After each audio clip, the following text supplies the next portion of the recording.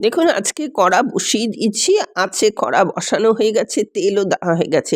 আজকে আমি আপনাদের দেখাচ্ছি একটা অন্য ধরনের আলু ভাজা। অনেক আলু ভাজা তো খেয়েছেন, একবার এইভাবে আলু ভাজাটা একটু বানিয়ে দেখুন, অত্যন্ত ভালো লাগবে।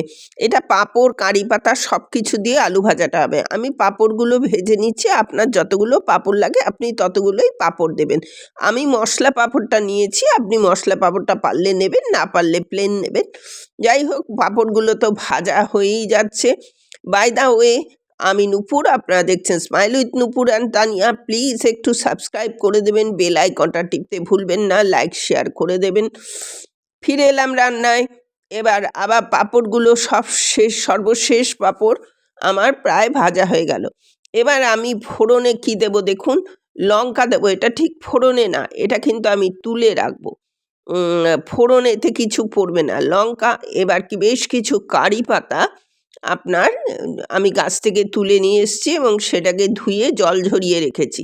এই কারি পাতাগুলো আমি যথারীতি কড়ার মধ্যে দিয়ে দেবো এবং সেটাকে মুচমুচে করে ভেজে রাখবো। আর এর মধ্যে কি দেবো, আপনার কাছে যদি কাঁচা বাদাম থাকে তাহলে আপনি কাঁচা বাদাম রোস্টেড করে নেবেন, ভেজে নেবেন। আর আমার কাছে রোস্টেড বাদাম ছিল বলে আমি রোস্টেড বাদামটাই দেবো। আর মানে বাদামটাকে আমি আর ভাজিনি। দেখুন এটা ভাজা হয়ে যাচ্ছে, কারণ কারি পাতাটা আগে ভেজে নিলাম, কারণ বাদামটা আমার রোস্টেড করা আছে বলে আমি কারি পাতাটা ভেজে নিলাম। কারণ রোস্টেড বাদাম এমনি দেওয়া হয়ে যাবে ওর মধ্যে, তাহলে অসুবিধা হবে না। দেখুন এইটা কারি পাতাটা ভাজছি, এবার কারি পাতা ভাজা ওই যে রোস্টেড বাদামটা দিয়ে দিলাম। এবার বাদামের হিসাবটা আমি বললাম না, আপনারা যতটা আপনাদের সম্ভব ততটাই দেবেন। এবার তোলা হয়ে গেল সেগুলো ভেজে। এবার আপনার আবার তেল দিয়ে দিলাম। তেল দিয়ে আমি বেশ কিছু আলু কেটে রেখেছি, আলু ভাজার মতন করে, কিন্তু একটু মোটা ধরনের কেটেছি, ঠিক যেমনটা দেখছেন। এই মোটা মোটা মোটা করে একটু কেটেছি, এই আলু ভাজাটা একটু মোটা মোটা করেই কাটা হয়। তো যাই হোক, এইটার মধ্যে এবার আমি নুনটা তো দেবই, আর একটু হয়ে গেলে পরে আর একটু হলুদ দেব। হলুদটা একটু কমই দেবেন, কারণ তাতে কোনো অসুবিধা নেই। যাই হোক, আপনার এই সুন্দর রান্না, এই এরকম অনবদ্য রান্না পেতে গেলে প্লিজ একটু পাশে থাকবেন। তাহলে কি হয়, আমি নিত্য নতুন রেসিপি আনতে আপনাদের কাছে বিশেষভাবে অনুপ্রাণিত হব। আপনারা যদি সাবস্ক্রাইব করে থাকেন, চট করে যে কোনো রেসিপি যখনই আপলোড করি না কেন আপনাদের কাছে পৌঁছে যাবে।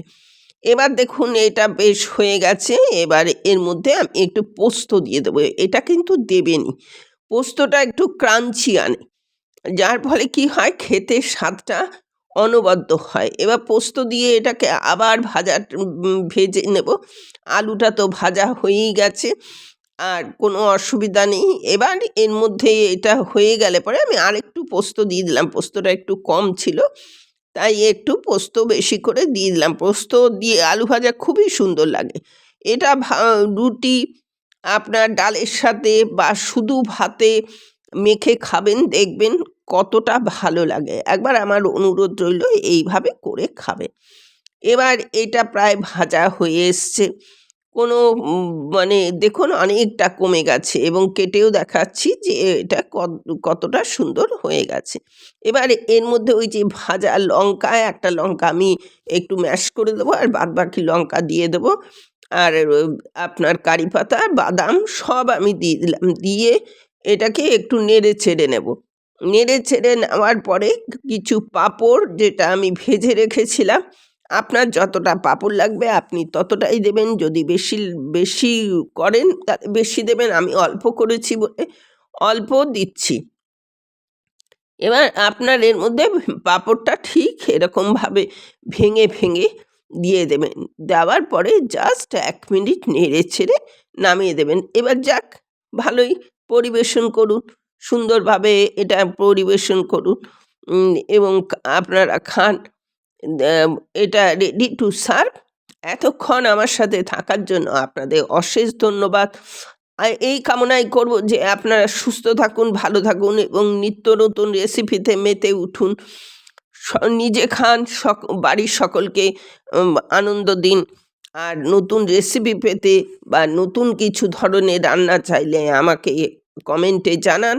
আমি সেটা আপনাদের কাছে যথাসময়ে আমি আপলোড করে দেব। আজ তাহলে আসছি, পরবর্তীতে দেখা হচ্ছে যে কোনো একটা এপিসোডের যে কোনো রেসিপি নিয়ে। অনেকক্ষণ এই রান্নাটা খুব বেশি সময় লাগে না, খুব অল্প সময়ের মধ্যেই রান্নাটা হয়ে যায়। আমি আগে খেয়ে তারপরে আপনাদের দেখাই। আজ তাহলে আসলাম, টাটা।